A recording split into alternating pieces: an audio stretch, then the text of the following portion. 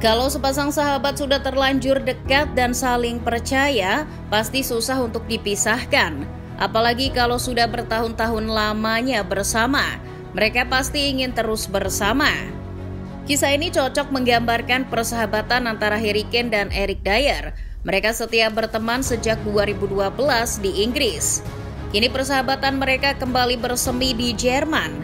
Ya, banyak kisah antara mereka berdua, termasuk misi mereka menggondol trofi mayor pertama dalam karirnya. Persahabatan Kane dan Dier berawal dari timnas Inggris U19 di tahun 2012. Jelang Euro U19, The Three Lions mengumpulkan pemain dari segala penjuru dunia. Di bawah asuhan Noel Blake, total 23 skuad The Three Lions berkumpul, termasuk bek Sporting Lisbon berusia 18 tahun yakni Eric Dier, dan striker yang juga berusia 18 tahun milik Spurs, Harry Kane. Dier sudah lama berada di Sporting Lisbon, pasalnya sejak usia 7 tahun ia ikut orang tuanya pindah ke Portugal. Sedangkan sudah sejak 2004 Kane bergabung dengan Akademi Spurs. Meski awalnya tampak asing, Dier yang lama di Portugal tak segan bergurau dengan teman-teman lainnya termasuk Harry Kane. Kane ketika itu masih lugu dan pendiam. Tak jarang Dier suka bercandain Kane di saat latihan. Dier dan Kane sama-sama berjuang bagi timnas Inggris di Euro U19 2012. Kane sebagai striker mencetak 1 gol di ajang itu, sementara Dier tak tergantikan sebagai palang pintu pertahanan The Three Lions. Namun sayang, Inggris harus terhenti oleh Yunani di babak semifinal. Pasca kejuaraan Eropa itu, Dier kembali ke Portugal. Kane juga pulang ke markas Spurs untuk persiapan musim baru 2012-2013. Nasib mereka sudah berbeda sejak musim itu. Dier sudah memainkan 22 caps bagi skuad inti Sporting Lisbon. Sedangkan Kane masih jadi penghangat bangku cadangan The Lily Whites. Lebih apes lagi bagi Kane karena ia harus dipinjamkan ke Norwich dan Leicester di musim berikutnya. Sementara itu Dier terus meroket karirnya di Sporting Lisbon. Sampai akhirnya pada musim 2014-2015 Mauricio Pochettino hadir di Spurs. Mantan pelatih Southampton itu berupaya membangun skuad Spurs yang terdiri dari para pemuda, termasuk mendatangkan Dele Alli dan Eric Dier yang saat itu jadi buah bibir incaran klub-klub besar Liga Inggris. Dier lebih serak bergabung dengan Spurs. Faktor Harry Kane dan keyakinannya pada Pochettino membuat pemain kelahiran Cheltenham ini rela pulang kampung. Ya, pada akhirnya persahabatan Kane dan Dier kembali berlanjut di Spurs. Dier datang untuk menambah kekuatan lini belakang Spurs, sementara itu Harry Kane mulai dipercaya menjadi pilihan utama Spurs sebagai juru gedor. Performa Kane benar-benar meroket di bawah Pochettino. Musim pertamanya bersama Dier, Kane sudah jadi top skor Spurs dengan 31 gol. Sementara itu Dier merayakan gol debutnya ketika melawan West Ham di Upton Park, Agustus 2014. Terlihat Dier dan Kane melakukan selebrasi bersama saat itu. Mereka saling merangkul dan tersenyum bersama. Senyum bahagia dua sahabat ini menandakan bahwa mereka makin menemukan chemistry-nya untuk hidup lebih lama di Spurs. Persahabatan mereka pun langgeng hingga keduanya menikah dan punya keluarga. Kane dan Dier juga sering bermain golf bersama. Keluarga mereka juga sering pergi berlibur bersama. Ada juga kebiasaan yang unik dari duo bestie ini. Mereka selalu duduk bersebelahan di pesawat saat melakukan perjalanan tandang, baik itu di Liga Domestik maupun di Liga Eropa. Mereka juga tak terpisahkan ketika makan bersama di kantin Spurs. Bahkan nih, kebiasaan itu masih terbawa hingga ke timnas Inggris.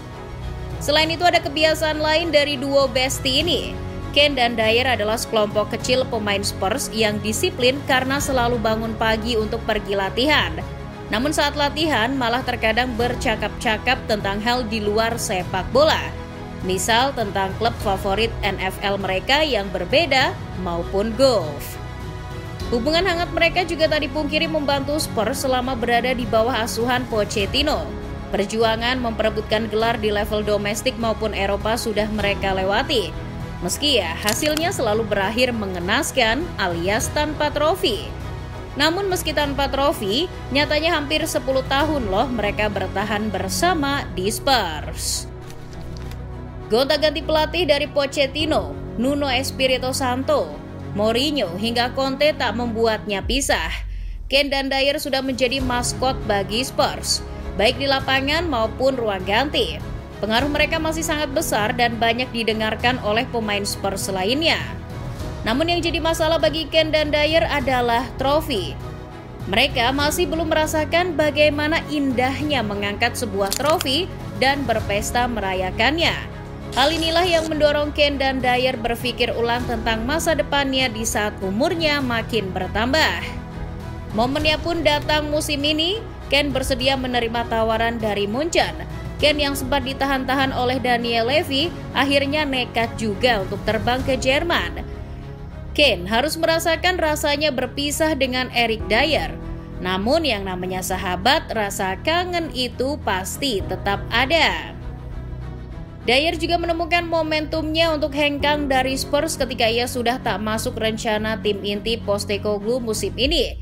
Ditambah Kane membujuknya untuk kembali hidup bersama di Jerman. Ya, meski hanya menjadi pemain pinjaman di Die Roten, namun Dyer tetap bahagia karena bisa kembali bermain dengan Kane. Dyer tak lupa mengucapkan terima kasih kepada Munchen karena telah mempertemukannya kembali dengan Kane. Dyer juga berterima kasih kepada Kane karena sudah membantunya. Kane banyak membantunya beradaptasi dan berintegrasi ke dalam tim, termasuk juga ketika mencarikan tempat tinggal baginya. Dyer lebih memilih tinggal di tempat yang baru ketimbang numpang di rumah Kane. Pasalnya ia mendapat tawaran dari Kane untuk sementara tinggal di rumahnya. Dyer tak mau membuat keluarga Kane ribet karena Dyer tahu Kane punya anak banyak.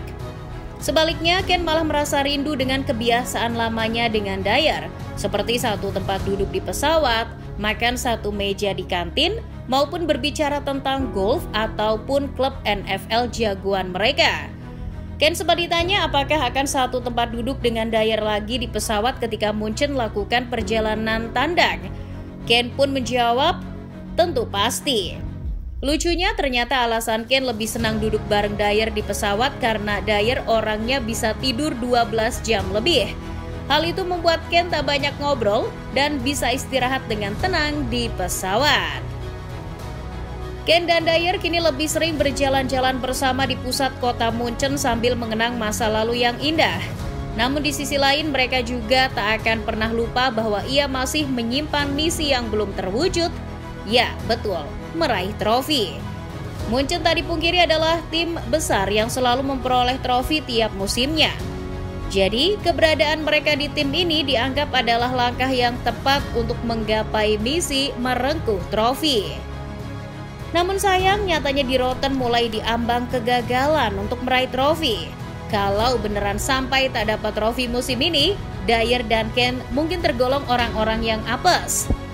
Mereka bahkan akan dibilang biang kerok bagi Munchen kalau sampai raksasa Jerman itu puasa gelar musim ini.